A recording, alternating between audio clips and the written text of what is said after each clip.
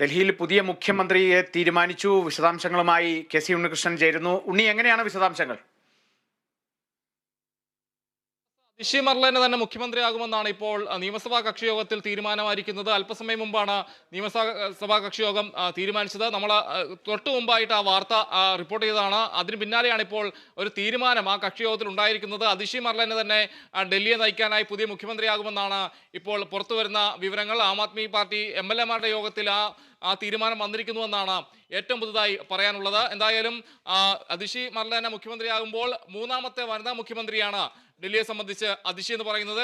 നേരത്തെ സുഷമ സ്വരാജും അതോടൊപ്പം തന്നെ ഷീല ദീക്ഷിതുമാണ് ഇതിനു മുമ്പ് വനിതാ മുഖ്യമന്ത്രിമാരായിട്ടുള്ളത്. എന്തായാലും അതിഷി മർലേനയും ചരിത്രത്തിന്റെ ഭാഗമാകുന്നു എന്നതാണ് എടുത്തു പറയേണ്ട കാര്യം. എന്തായാലും അതിഷി മർലേന നമ്മൾ നോക്കുകയാണെങ്കിൽ ഈ കെജ്രിവാൾ ജയിലിൽ ആയിരുന്ന സമയത്തെല്ലാം തന്നെ ഡൽഹിയിലെ ഭരണകാര്യങ്ങളടക്കം നിയന്ത്രിച്ചിരുന്ന മന്ത്രിയായിരുന്നു. കൂടാതെ ഭരണകാര്യങ്ങൾ നിയന്ത്രിച്ചു. മനീഷ് സിസോദിയ അടക്കം ജയിലിലായ സമയത്ത് ഒരു പ്രതിസന്ധി ഘട്ടത്തിൽ പോലും ആം ആദ്മിയെ ഡൽഹിയിലെ ഭരണകാര്യങ്ങളിലടക്കം ആം ആദ്മിയെ നിയന്ത്രിച്ചതും മുന്നോട്ട് നയിച്ചതുമെല്ലാം തന്നെ അതിഷി മർലേനയായിരുന്നു. ആ അതിഷി മർലേനയെ തന്നെ ആം ആദ്മി തെരഞ്ഞെടുത്തിരിക്കുന്നു, പുതിയ മുഖ്യമന്ത്രിയായി തെരഞ്ഞെടുത്തിരിക്കുന്നു എന്നതാണ് ഏറ്റവും പ്രധാനമായും പറയേണ്ട ഒരു കാര്യം.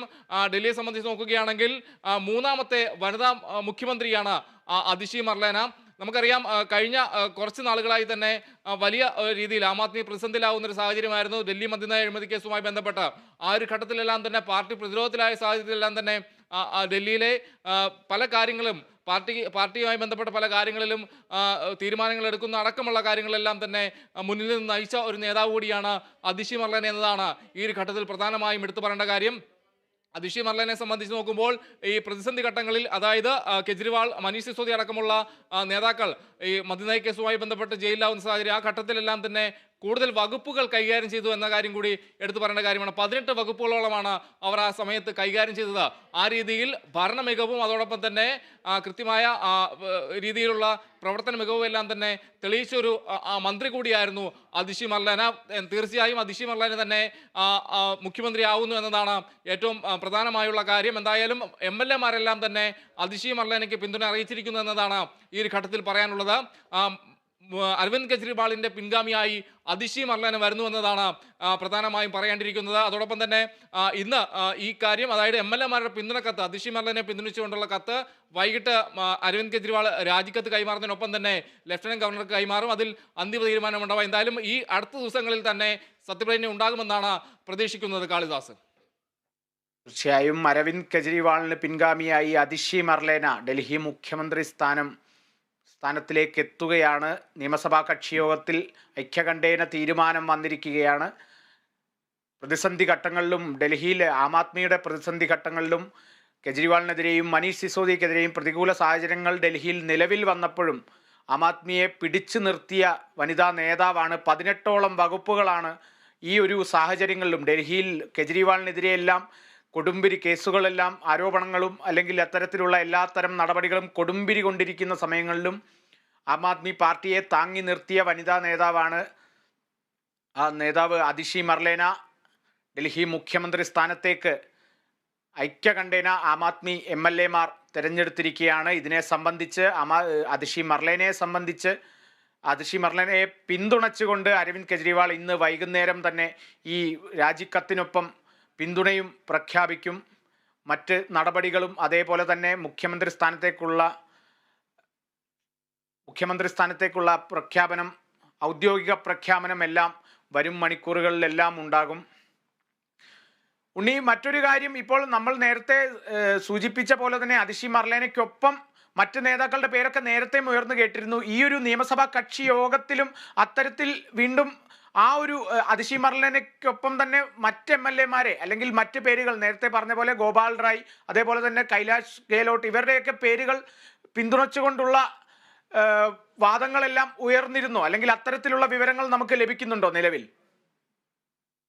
കാളിദാസ്, നിയമസഭാ കക്ഷി യോഗത്തിന്റെ വിശദാംശങ്ങൾ പുറത്തു വന്ന് തുടങ്ങിയിട്ടുള്ളൂ. എന്തായാലും ആരൊക്കെയാണ് ഈ പിന്തുണ നൽകിയെന്ന കാര്യത്തിൽ അടക്കമുള്ള വ്യക്തത ഇനി വരാനുണ്ട്. ആ രീതിയിലുള്ള വിശദാംശങ്ങളൊന്നും നമുക്ക് ലഭിച്ചു തുടങ്ങിയിട്ടില്ല.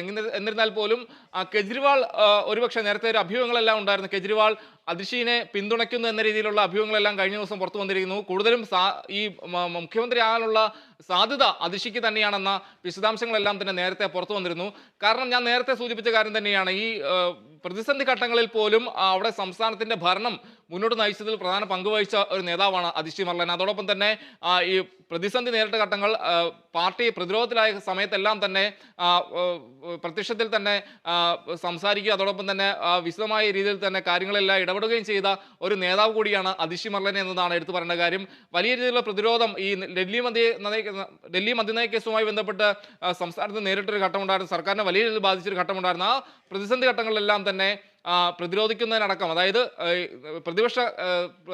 പ്രതിപക്ഷ ആരോപണങ്ങളെല്ലാം പ്രതിരോധിക്കുന്നതിലെല്ലാം തന്നെ നിർണായക രീതിയിൽ ഇടപെടൽ നടത്തിയ ഒരു മന്ത്രി കൂടിയായിരുന്നു അതിഷി മർലേന. ആ രീതിയിലെല്ലാം തന്നെ വലിയൊരു മുൻഗണന മർലേനയ്ക്ക് ഉണ്ടായി എന്നതാണ് എടുത്തു പറയുന്ന കാര്യം. എന്തായാലും പ്രധാനപ്പെട്ട നേതാക്കളെല്ലാം തന്നെ അതിഷി മർലേനെ പിന്തുണച്ചെന്നാണ് മനസ്സിലാക്കുന്നത്. ഈ ഒരു ഘട്ടത്തിൽ അതിഷി മർലേനെ സംബന്ധിച്ച് നിലവിൽ 4 വകുപ്പുകളോളം കൈകാര്യം ചെയ്യുന്നുണ്ട്. അതോടൊപ്പം തന്നെ ഈ കെജ്രിവാൾ അടക്കം ജയിലിൽ പോയൊരു സമയത്ത് അവരുടെ വകുപ്പുകളും കൂടി കൈകാര്യം ചെയ്തിരുന്നു. ആ രീതിയിലെല്ലാം തന്നെ മികച്ച രീതിയിൽ ഒരു പ്രവർത്തനം കാഴ്ചവെച്ച ഒരു മന്ത്രിയാണ് വീണ്ടും കെജ്രിവാളിന് പിൻഗാമിയായി ഡൽഹിയിലേക്ക് വരുന്നതെന്നതാണ് എടുത്തു പറയുന്ന കാര്യം. മറ്റൊരു കാര്യം എന്ന് പറയുന്നത്, ഇനി നിയമസഭാ തെരഞ്ഞെടുപ്പ് കാലമാണ്.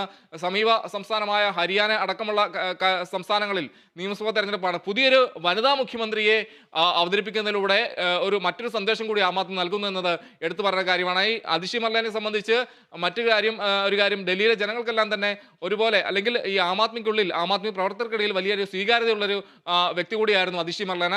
ആ രീതിയിൽ കൂടി നോക്കുകയാണെങ്കിൽ അതിഷി മർലേനയ്ക്ക് വലിയൊരു പ്രാധാന്യം പാർട്ടി കൊടുക്കുന്നു. ആ രീതിയിൽ അതിഷി മർലേനയ്ക്ക് കൂടുതൽ പരിഗണന നൽകുന്നു. ആ രീതിയിൽ തന്നെയാണ് ഈ മുഖ്യമന്ത്രി പദത്തിലേക്ക് അതിഷി മർലേനെ കൊണ്ടുവരുന്നത് എന്നതാണ് എടുത്തു പറയുന്ന കാര്യം. എന്തായാലും ഈ തെരഞ്ഞെടുപ്പ് അടുത്തിരിക്കുന്ന ഘട്ടത്തിൽ കൂടി വളരെ സുപ്രധാനമായ തീരുമാനമാണ് ആം ആദ്മിയുടെ ഭാഗത്തു നിന്ന് ഉണ്ടായിരിക്കുന്നത്. അത് വലിയ രീതിയിൽ തന്നെ ആം ആദ്മിക്ക് ഒരു രാഷ്ട്രീയപരമായി നോക്കുകയാണെങ്കിൽ നിർണായകമായ ഒരു ഘട്ടത്തിൽ ഇത്തരത്തിലൊരു തീരുമാനം എടുക്കുന്നതിൽ വലിയൊരു പങ്ക് ഈ രാഷ്ട്രീയപരമായി നോക്കുകയാണെങ്കിൽ, അല്ലെങ്കിൽ തെരഞ്ഞെടുപ്പ് മുന്നിൽ കണ്ട് എന്നും കൂടി നമുക്ക് പറയേണ്ടിയിരിക്കുന്നു. എന്തായാലും അതിഷി മർലേന തന്നെ കെജ്രിവാളിന്റെ പിൻഗാമിയായി ഡൽഹിയെ നയിക്കാനായി വരും. 3ാമത്തെ വനിതാ മുഖ്യമന്ത്രിയാണ് ഡൽഹിയെ സംബന്ധിച്ച് നോക്കുകയാണെങ്കിൽ. ഇതിനു മുമ്പ് ഷീല ദീക്ഷിതും അതിനു മുമ്പായി സുഷമ സ്വരാജുമാണ് ഡൽഹിയിൽ മുഖ്യമന്ത്രിമാരായിട്ടുള്ളത്. രാജ്യ തലസ്ഥാനത്തിന് പുതിയ മുഖ്യമന്ത്രി വരുന്നു, പുതിയ വനിതാ മുഖ്യമന്ത്രി വരുന്നു. അത് അതിഷി മർലേന, ആം ആദ്മി നേതാവ് അതിഷി മർലേന വരുന്നു. കെജ്രിവാളിന്റെ പിൻഗാമിയായി അതിഷി മർലേന വരുന്നു. വൈകിട്ട് MLA-മാരുടെ പിന്തുണക്കത്ത് ലഫ്റ്റനന്റ് ഗവർണർക്ക് കൈമാറും. അതോടൊപ്പം തന്നെ അരവിന്ദ് കെജ്രിവാൾ രാജിക്കത്ത് കൈമാറും. കാളിദാസ്.